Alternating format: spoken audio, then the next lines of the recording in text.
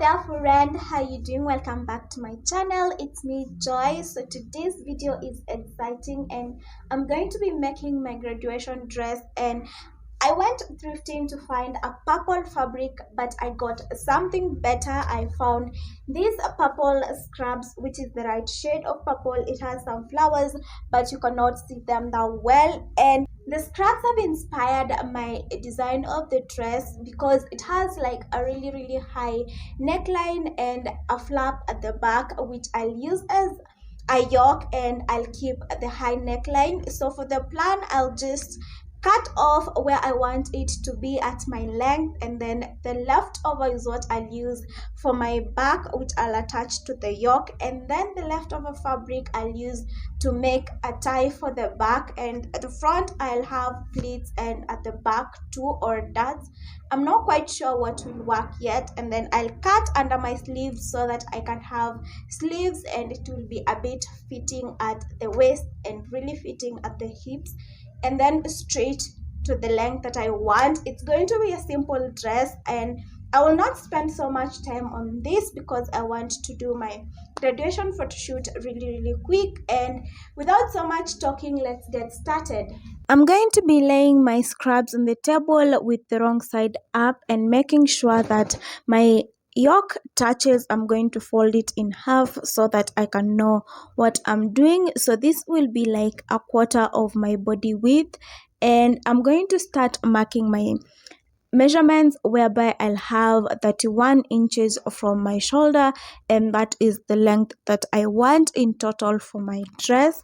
And I'm going to mark 2 points so that when I draw, the line will be straight. And I'm also going to be marking the same measurements for my back, just that I'll exempt the yoke, which is already there, and then I'll start marking my width measurement, which I took the widest part of my body, which is my hips, and divided that by 4, and I got 11 inches, and that is what I'm going to be marking all through. And also at the yoke, that's where my sleeves are going to start, as I said. So I'm going to be marking just some inches, which is like a half an inch for my seam allowance, and then I'm going to mark my 11 inches so that I can get that square kind of shape that I'm going for. And I'm going to be cutting the shape after I join the marks.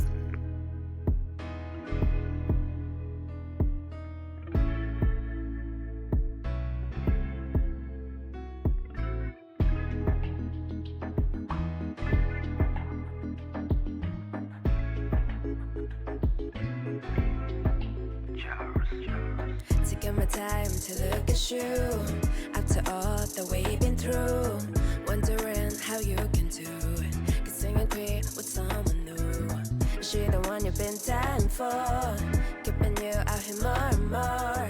You've been missing on your IG, guess you thought I couldn't find her. These are my pieces. As you can see, the back fits perfectly to my front under the yoke, and this is my entire front with the yoke and my neckline. So for my back, I'm just going to place it right sides facing, and I'm going to be sewing right there at the yoke so that I can have a shape that I can work with right now, so that it can look more like a one piece. And I'm going to be sewing that and top stitching it in place. You can hide the truth. Now I know why you left my cold on hold.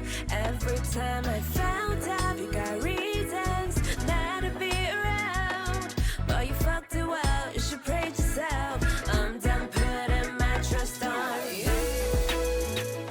This is how we're looking so far, so good. I have a one piece with the back attached to the yoke. So now what's left is just sewing my side seams right there, as you can see me showing you. And this will be my second last step, and then I will hem everything.